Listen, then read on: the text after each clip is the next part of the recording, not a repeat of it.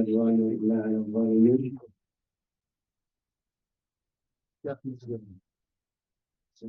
وأصلي وأسلم على عبده ورسوله الأمين وعلى آله وصحبه أجمعين وبعد السلام عليكم ورحمة الله وبركاته. عنده كان من جيت توجه نفر فذلك يترسل في الله.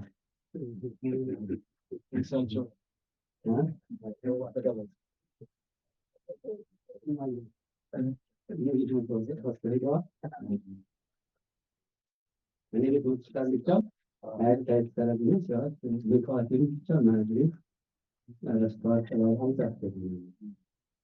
አሁን ስለዚህ በጣም ትምህርቱን ስራዬ ብሎ ቢከታተል ሰው ካለ ለሱ ይሰጣል።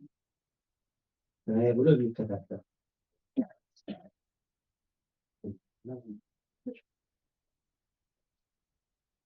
الله يعوضكم شيء.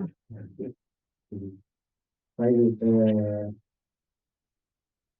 ባለፈው ትምህርታችን ከደረሰ አወል ጨርሰናል። ደርስ الثاني እንግዲህ እንደነገርኳችሁ ደርሰል አወል ብቻውን ብዙ ትምህርቶች ሊሰጡበት የሚገባ ነው። በተለይ ቁሳራ ሱራ ላይ አጠቃቀር ያሉ ስራዎችን ለማወቅ ይገባል። ትርጉማቸውን ልናውቅ ይገባል። ወላሁ አሐድ ማለት ነው። አላሁ ሰመድ ማለት ነው። ራሲኪን ይላወቃት ምንድነው? እንደዚህ አይነቶችን እያወቀን ልንሄድ ይገባል። ሐቂቃ ዑለማዎች ደክመው ለፍተው አዘጋጅተዋል። ሪከርድ በቪዲዮ ዩቲዩብ ላይ ለራሱ ብትገቡ ብዙ ዑለማዎችን ታገኛላችሁ። እንደው እነዚህን ሳንማር ብንሄድ ወላሂ አላህ ያሳፍራል። አላህ መጀመሪያ ሲጠይቀን ይህንን መልእክትን ሪሳላይን ምን አደረሳችሁት የሚል መልእክት ጥያቄ ሲጠይቀን ምን እንመልስለታለን?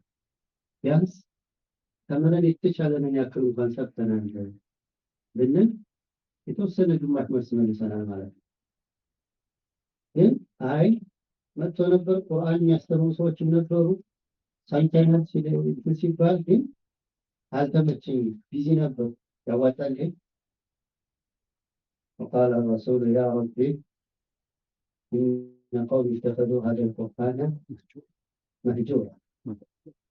هجر القرآن حقيقة كمؤمن كمسلم يتبقى إلى مثلا كطالب العلم قرآن هجر ما ترك لفتة ليلة وليلة يقرأ ناني سورة وجه እስከ 3 ጁዝ ድረስ እንኳን ያሉ ቁርአኖች አነባበቡን በደንብ አድርጎ ተግባራቸውን ማወቅ ከዛ ቀጥሎ ደግሞ ትርጉማቸውን ማወቅ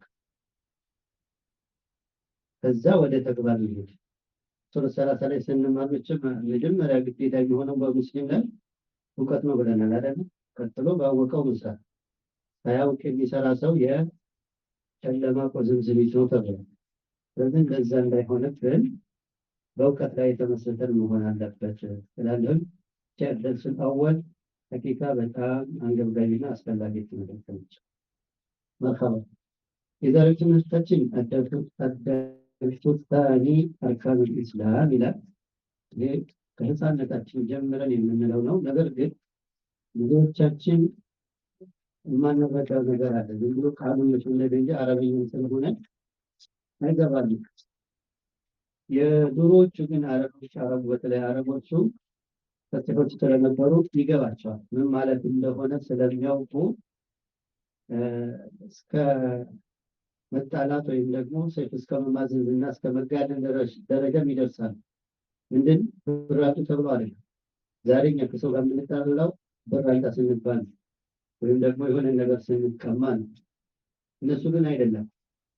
ነፃነት የሚባለው ነፃነት አታከት የሚባለው ያመኑበትን ነገር ለመቀየር በጣም ይከብዳቸው። ያም ስላወቁት ነው።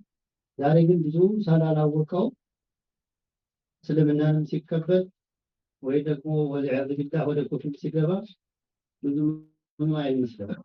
አልሙሂም አርካን ኢስላምን ማወቅ ቤት አለብንና ሁለተኛው ደርሳችን ስለ አርካን ኢስላም ነው። አርካን ማለት ዋና መሰረት ማዕዘን የምንለው ነው። ለምሳሌ በቤት ሲመሰል ማዕዘናቶች ላይ የሚተከሉት በፌሮ እየተደረጉ ጠንካራ ፖሎች እነሱ ናቸው አርካን ማለት እና እስልምና 5 አርካኖች አሉት ማለት እስልምና 5 ነው ማለት አይደለም። ዋናዎቹ 5 ናቸው ለማለት ነው። ባረከላሁ ፊኩም።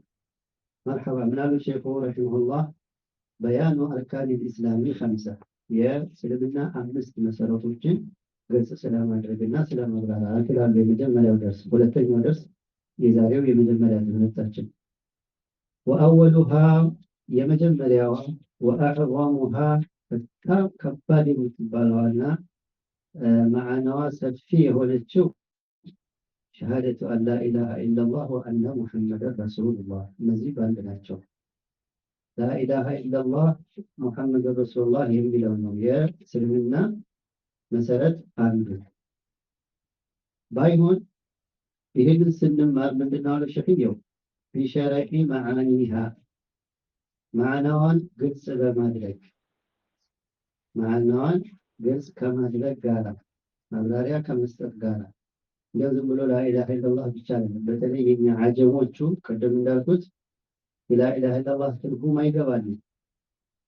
ለምሳሌ አሁን ላኢላሃ ያለችው ላይቱ ለምን መጣች? ኢላሃ ያለችው ለምን እንደዚህ ሆነች? ምንድን ታስይዛለች? እኛዋ ከዚች ስትቀደም ምን አይነት ማዕና ትሰጣለች? የሚለው እውቀቱ ብዙ የለንም። ስለዚህ የግድ ከመሻይኾች ማዕናውን በደንብ አድርገን ልናውቀው ይገባል። ቅድም እንዳልኩት የመካ ሙሽሪኮች ለዚች ቃል ብቻ ነበረ ሲጣሉ የነበሩት ከነቢያችን አለይሂ ሰላቱ ወሰላም። ቁሉ ላኢላሃ ኢለላህ ቢሏቸው ወጀዐለ አልአሊሀተ ኢላሀን ዋሂዳ ወይም ማዕናው ስለገባቸው እንጂ በአፉ ማለቱ ተጠንቷቸው አይደለም። ዛሬ ግን ብዙዎቻችን ማዕናውን ስለማናውቀው ላኢላሃ ኢለላህ እንላለን። ነገር ግን እሱን የሚጻረር ወይም ደግሞ እሱን የሚያበላሽ ስራ እንሰራለን። ይህ ምንድነው? ያለማወቅ። ብናውቀው ኑሮ ወይ ላኢላሃ ኢለላህን አንቀበልም ወይም ደግሞ እሱን የሚያበላሽን ነገር አንሰራም። طيب مع بيان شروط لا إله إلا الله لا إله إلا الله شرطوችን ከማሟላትና እሱን ከማብራራት ጋር لا إله إلا الله ሸርጥ አላት ብለናል አይደል? አንደኛ ማዕና አላት፣ ሁለተኛ ሸርጥ አላት። ሸኺያው አሁን ሁለቱንም ሊያብራሩ ነውና ልብ ብላችሁ ተከታተሉ። እስልምና ስንት አርካን አለው? 5። የመጀመሪያው ማን ነው? ዑለማዎች እንድንረዳው በሚል ኡሱልና ፍሩዕ ብለው ይለያያሉ። ኡሱልና ፍሩዕ እኛ እንድንለያዩት እንድንረዳው እንጂ እስልምና ኡሱልና ፍሩዕ የለውም። ነገር ግን እኛ እንዲገባን ዘንድ የምናደረጉ ከኡሱሎቹ ከአርካኖቹ ውስጥ የመጀመሪያው አስል የሚባለው ወይም ደግሞ ከኡሱሎቹ ውስጥ የመጀመሪያው ላኢላሃ ኢለላህ የሚለው ነው አለ። ላኢላሃ ኢለላህ ከሌለ አንድ ቤት ልክ መሰረት እንደሌለው ወይም ደግሞ ወደ ታች ተቆፍሮ እንዳልተቀበረ ነገር ነው አለ። ቤት ወደ ታች ሳይቆፈር ብሎኬት ከላይ ይደረደራል? አይደረደርም። ይሄ ምናልባት ተንዱ ካልሆነ መሰጠት ቤት መሰረታዊ ቤት ቋሚ ቤት መስራ ብሎ ከታይ ሳይቆፈር ብሎኬት ከላይ አይደረደርም። እንኳን ቤት አጥርት ብሎ ኖር አይደረግም ማለት ተቆፍሮ መሰረቱ ይቀበርና ከዛ ቀጥሎ ሌላው የሚደረደረው። ላኢላሃ ኢለላህም እንደዚያ ነው። የአርካኖቹ ሁሉ መሰረት እሱ ነው። ላኢላሃ ኢለላህ ከተበላሸ ወይ እሱ ከሌለ ሌሎቹ አርካኖች የሉም ማለት ነው። ቢኖርም ዛታቸው ቢኖርም እነዛ አርካን ሆነው መቀጠል አይችሉም ማለት ነው። طيب ስለዚህ ወመዕናሃ ትርጉሟ ላኢላሃ ያለው ቃል ላ የምትለው ናፊያ ትባላለች። ናፊ ማለት አፍራሽ ቃል ማለት ነው። ኢላህ የሚለው ደግሞ አምላክ ማለት ነው። አይ መእሉህ አይ መዕቡድ ማለት ነው። طيب ናፊየን ጀሚዐ ማ ዩዕበዱ ሚን ዱኒላህ ስናያይዘው ላ አፍራሽ ቃል ኢላህ መዕቡድ ላ የለም ኢላህ መዕቡድ ቢልሐቅ የለም ሲሆን ትርጉም ምን ይሰጠናል? ናፊየን አራቂ ስትሆን ጀሚዐ ማ ዩዕበዱ ሚን ዱኒላህ ከአላህ ውጭ የሚመለኩን በሙሉ የምታርቃል ማለት ከአላህ ውጭ በእውነት የሚመለክ የለም የምትል ነች እንጂ ከአላህ ውጭ የሚመለክ የለም ማለት ይቻላል። ምክንያቱም ሰዎች ብዙ አማልክቶች አላቸው። እነዚያን አማልክቶችን መካድ ሳይሆን እነሱ የእውነት አምላክ አይደሉም። የእውነት አምላኩ አንድ አላህ ብቻ ነው። እሱንም ኢላላሁ አላህ ሲቀር طيب ኢላላህ የሚለው ኢላ የምትባለው አዳቱል ኢስቲስና ትባላለች። ኢንሻአላህ ጀሙማ ላይ ቀጥለን እንማራታለን። ማለት ይችላል አዳቱል ኢስቲስና እሱ ሲቀር ማለት ነው። ወይም ነገር ቀረኝ ማለት ካለችው ኢላ አላህ የሚባለው ሲቀር መዕሉሃቶች በሙሉ መንፍይ ናቸው ወይም ደግሞ ስህተት ናቸው፣ ትክክል አይደሉም። طيب إلا الله የሚለው ሁለቱም ግን በአንድ ስናያይዘው ሙስበተን አልዒባደተ ሊላህ ሙስቢቱ ዒባዳ ነች ለማን? ለአላህ ወሕደሁ ላ ሸሪከ ለህ ወሕደሁ ላ ሸሪከ ለህ በአንድ ይፈስሩታል። ለኢጥናብ ነው የመጣው ብለው ወይም ደግሞ ወሕደሁ ማለት በዛቱ አንድ ሆነ፣ ላ ሸሪከ ለህ አጋር የሌለው በሲፈቱምና በስራዎቹ لا شريك له في أفعاله وصفاته طيب አሁን እንግዲህ لا إله إلا الله ትርጉም ጨረስን። እቺ ትንሽ ቃል የምትመስለው ሐታ ምላሳችንን እንኳን ለማንቀሳቀስ ማንገደድባት ቃል لا إله إلا الله የምትለው ማዕናው ይሄ። እዚህ ጋር ግን لا معبود بحق إلا الله أو في الوجود إلا الله የምንለውን ከአላህ በስተቀር በእውነት የሚመለክ የለም የሚለውን ትርጉም ቅድም እንዳልኩት ብዙ ሰው አያውቅም። ይሄን ማስያዙን ወይም ደግሞ ማስተራደሩን አያውቅም፣ ወይም ደግሞ ለቃሉ ታማኝ አይደለም ብዙ ሰው። ወኢላ ከአላህ በስተቀር የሚመለክ የእውነት አምላክ የለም ካለ ይሄንን ደግሞ አሽሀዱ ብሎ ቃል ገብቷል። አንድ ሰው አሁን ክርስቲያን ሆኖ ላኢላሃ ኢለላህ ብቻ ማለት የለበትም ይላል። እንግዲያው አሽሀዱ የሚለው መጠቀም አለበት። አሽሀዱ አን ላኢላሃ ኢለላህ እመሰክራለሁ ብሎ ምስክር ቃል ሰጥቷል። የምስክርነትን ቃል ከሰጠ በኋላ የሚያፈስሰው ሆነ እሱ ዋሾ ወይም ሙናፊቅ ነው ማለት ነው። ላኢላሃ ኢለላህ ከአላህ ውጭ የሚመለክ በእውነት የለም ካልን የሚመለክ ማለት ቃል ራሱ አረበኝም ስለሆነ አሁንም አይገባንም ብዙዎቻችን። የሚመለክ ማለት ነው አምልኮ ማለት ነው። ባለፈው ጠቀስ እንዳደረግነው አምልኮ ማለት አላህ የሚወዳቸው ነገሮች በሙሉ ኢስሙን ጃሚዑን ሊኩሊ ማ ዩሒቡሁ አላሁ ወየርዳህ አላህ የሚወደው የሚደሰትበትን ነገር በሙሉ አጠቃሎ የያዘ ነው። ያ ነገር من الأفعال من الأقوال والأفعال والظاهرة والباطنة ሁሉንም አካቶ ይይዝ ከንግግርም አላህ የሚወደውና ያዘዘበት የሆነ ነገር በሙሉ አምልኮ ነው ከተባለ ከተግባርም እንደዚሁ ከአላህ ውጭ ያሉ ነገሮች ዒባዳ በተባለ ነገር ሊመለኩ አይገባም ማለት ነው። ለምሳሌ ከዒባዳ ውስጥ ዋና የተባለው ማን ነው? የዒባዳዎች ሁሉ ቁንጮ ሙኽ ወይም መቅዲ በመባል የሚታወቀው ዱዓ ነው አይደል?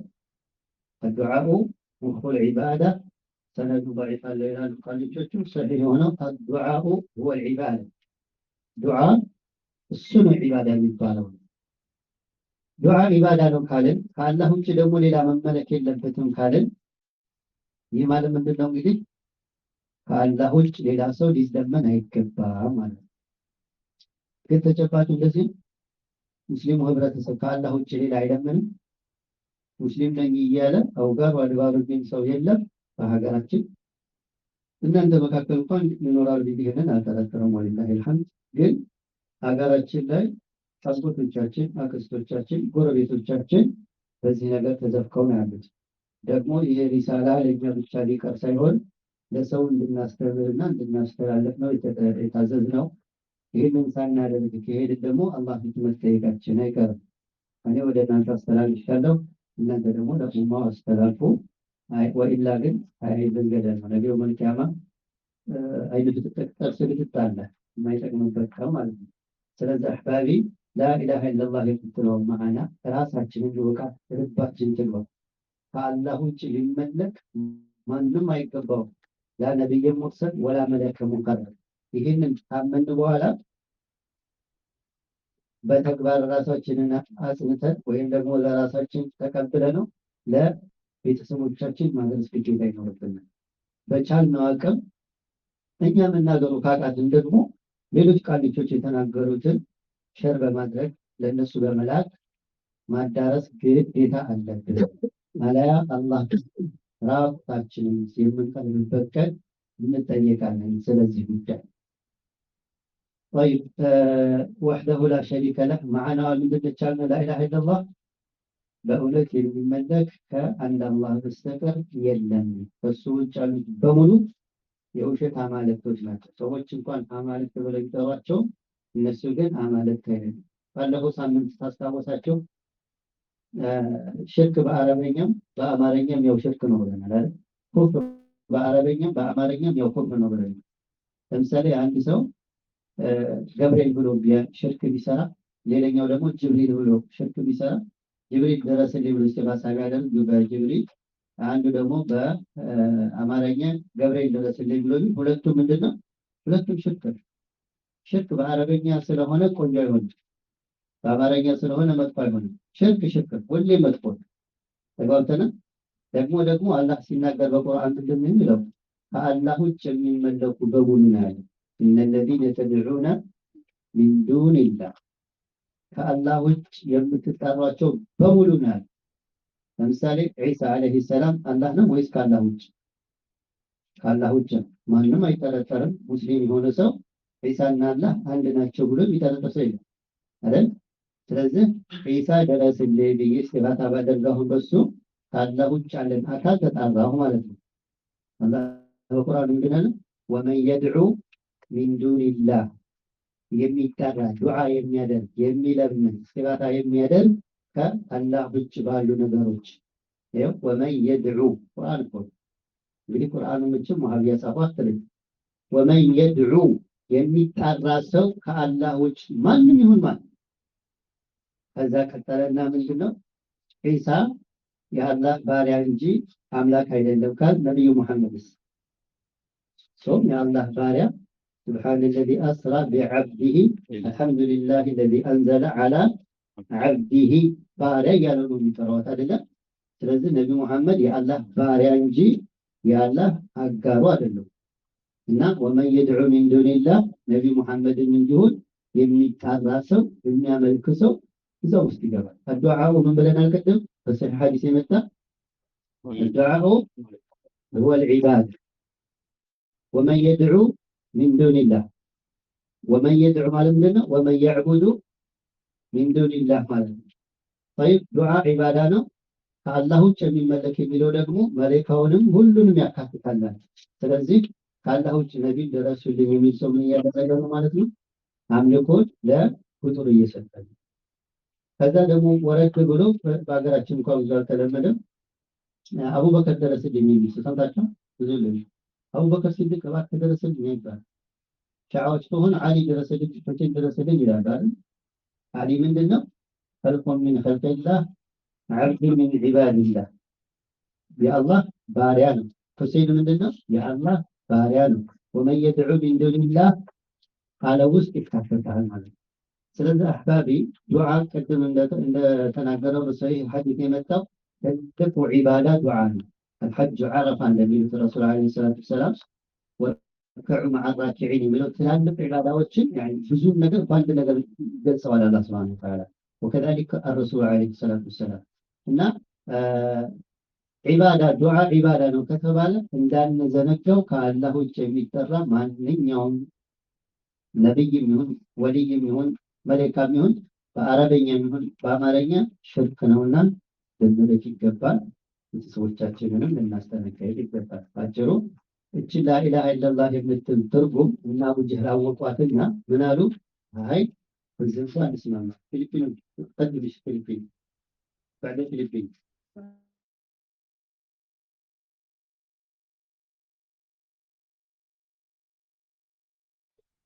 ምን ማለት ከአላህ ውጭ የሚመለክ በሙሉ ባዕድ አምልኮ ነው። ባዕድ አምልኮ የሰጠ ሰው በሙሉ አላህ ላይ አጋርቶበታል። ስለዚህ እኛ ራሳችን አቀል ሌሎቹን ማስተማር ግዴታ ይኖርብናል። እና አቡ ጀህል ይህንን ስላወቁ ምን አሉ? ላኢላሃ ኢለላህ በሉ እኮ ነው ያላቸው። አረበኛ ቃል ነው እንጂ የሚጎረብጥ የለውም። ቅድም እንዳልኩት ምላስ እንኳን ብዙ አንቀሳቅሱብኝ አትል። ሸዳ ያላት ምን ይላት ምን ይላት እንትን ከምላስ ጋር ወደ ላይ ወጣ ወደ ተውረድ የምትል በጣም ለስላሳ የሆነች ቃል ነች። ግን ምን አሉ አንቀበልም አሉ። ጀዐለ አሊሀተ ኢላሀን ዋሂደን አሉ። እነዚህ አማልክቶቻችንን ሁሉ አንድ ሊያደርግብን ነው። አቡ ጀህልና አነ አቡ ለሀብ ከአላህ ውጭ የሚያመልኳቸው ምንድን ነበሩ? ደጋግ ሰዎች ነበሩ አይደለም? ደጋግ ሰዎች ወይም ደግሞ አላህ ወንጀለው የማያውቁ ዛፍና ድንጋዮችን ነበር የሚያመልኩት። አልፎ ተርፎ ደግሞ እነ ነቢዩ ኢብራሂምንም እንደዚሁ ያመልኩ ነበረ። ወይም እነዚያ ሰዎች እነዚህን በማምለካቸው ምንድናቸው አላቸው አላህ ቁል ያ አዩሀል ካፊሩን አላቸው። እናንተ ከሃዲያኖች ብለህ ጥሪ አድርገላቸዋል። ስለዚህ ማንኛውም ደጋግ ሰው ማምለክ ካፊር ያስብላል ማለት ነው። እነዚያ ሰዎች እንግዲህ እነዚህን የሚያመልኳቸው ደጋግ ሰዎችን ለምንድን ነው የሚያመልኳቸው? ዝናብ ስለሚያወርዱላቸው ዝናብ የሚያወርዱ እነሱ ናቸው ብለው ስለሚያምኑ፣ ጤና የሚሰጡት እነሱ ናቸው ብለው ስለሚያምኑ ሰህ ወላለ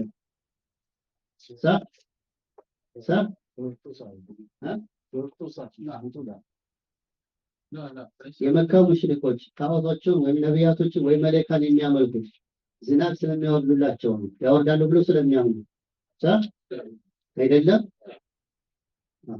طيب እንግዲህ ለምንድን ነው የሚያመልኳቸው? ما نعبدهم إلا ليقربونا إلى الله زلفى ولئن سألتهم من خلق السماوات والأرض ليقولون الله ሰማይ ምድርን የፈጠረው ማን ነው ብትላቸው አላህ ይላሉ። ጣዖቶችን ታዲያ ለምንድን ነው የምትጠሯቸው? እንዲያቀርቡን ደጋግ ስለሆኑ ሙባሽርኛ ወንጀለኞች ስለሆነ እነሱ መጠየቅ ስለማንችል እንዲያቀርቡን ይላሉ። እኛ ገርስ የሚባለው ሌላው ምን አለ? ከዚህ ውጭ አለ ግን ትንሽ አለ ይመስለኛል። እኛ ጋር ከዚህ በለጥ ያለ ሙባሽር ሸኾቹ ልጅ ይሰጣሉ ብሎ የሚያምሰዋል። ሙባሽር ሸኾቹ ማነው? ባለፈው አህመድ ይስሐቅ ነው የሆነ ቂሳ እያወራ ነበር። የሆነ ጫት ሰጥተዋት ልጅ ሰጥተዋት ድንጋይ ስር ጥላው ኋላ ሰው ሆነ ምን እያሉ ሲዋሉ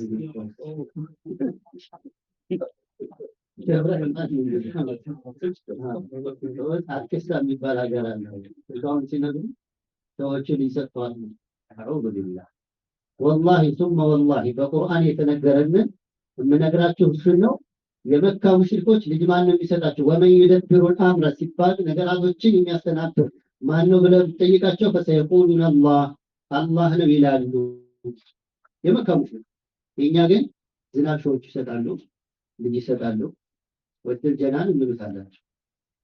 ወድ ሱብሃንአላህ ቅዱስ አላ አየቲ ሀል እቺ ላኢላሃ ኢለላህ ማዕናዋ ስላልገባችን ነው እንጂ የኛ ገሰው ብዙ ሙስሊም ነኝ የሚል አይቀበላትም ነበር፣ ወይም ደግሞ ከአሉበት ቆሻሻ ነገር ይወጡ ነበር ነው። እና ላኢላሃ ኢለላህ ማዕና በሰፊው ተምረን አሁን ላኢላሃ ኢለላህ ማዕና ይሄ ነው ያልኳል። አህባቢ ላኢላሃ ኢለላህ ማለት አላህ ሰማይ ምድርን የፈጠረለት ዓላማ ትልቁ ዋነኛው ላኢላሃ ኢለላህ ነው። ላኢላሃ ኢለላህ ማለት ጀነትና ጀሃነም የተፈጠረው ለሱ ብቻ ነው። ለላኢላሃ ኢለላህ በትክክል ተምሮ እሱን የተገበረ ጀነት ሊገባ፣ እሱን ደግሞ ያልተገበረ ጀሃነም ሊገባ። ይሄው ላኢላሃ ኢለላህ ነቢያቶች፣ ረሱሎች ሁሉ የተላኩለት ዓላማ ይሄ ብቻ ነው። ላኢላሃ ኢለላህ እውን ለማድረግ ወማ ኸለቅቱል ጂነ ወልኢንሳ ኢላ ሊዩወሒዱኒ ኢላ ሊየዕቡዱኒ አይወሒዱኒ። طيب አሕባቢ አለፍ እንበልና ወአማ ሽሩጡ ላኢላሃ ኢለላህ የላኢላሃ ኢለላህ ሸርጥማ አለ ስንደርስ ሰዓታችን ይሻል። ሳምንት የላኢላሃ ኢለላህ ሸርጥ የሚል እቺ ያለች እቺ አፈዛቸው የምትመጣ ካላነፈዛት ከአሁን በፊት እችን ያፈዘለች ሽልማት ተሸልማ ታውቃላችሁ አይደል? አሁን ግን ያው ሸሚዝ ባታሉ ይሸልማል ኢንሻአላህ። በሰው ኪስ አዛዥ ማለት እንደዚህ ነው። እችን ሁለት አፍዛቸው እንድትመጡ ሳምንት። በነገራችን ላይ አላህ እውነት ካደረገው ሳምንት በላይኛው ክላስ እንካናለን ኢንሻአላህ። አዲሱ ክላስ ጃሂዝ እየሆነ ነው ብለዋል። ሙከየፉን ስፋቱ ጓደኞቻችሁ ቤተሰቦቻችሁን ይዛችሁን ቶሎ እኛ እናስተምርላችሁ። ከዛ ዋጅቡንም እናታካላችኋለን ማለት ነው። ነገ መልካማ ለምንድን ነው ጓደኞች ያላስተማርከው ተብላ ተመጠየቅ ትድናለህ። ቢያንስ ና እንሂድ በለው እምቢ ካለ እሱ ነው ተጠያቂ። ጠይቁ። የዛሬው ትምህርታችን ይመስላል። ጥያቄ ካላቸው በሼክ አብደራህማን ተስተፎ ጠይቁ። ባረከላሁ ፊኩም። ሰዓት ስለሌለን ወደ ትምህርታችን ይገባል።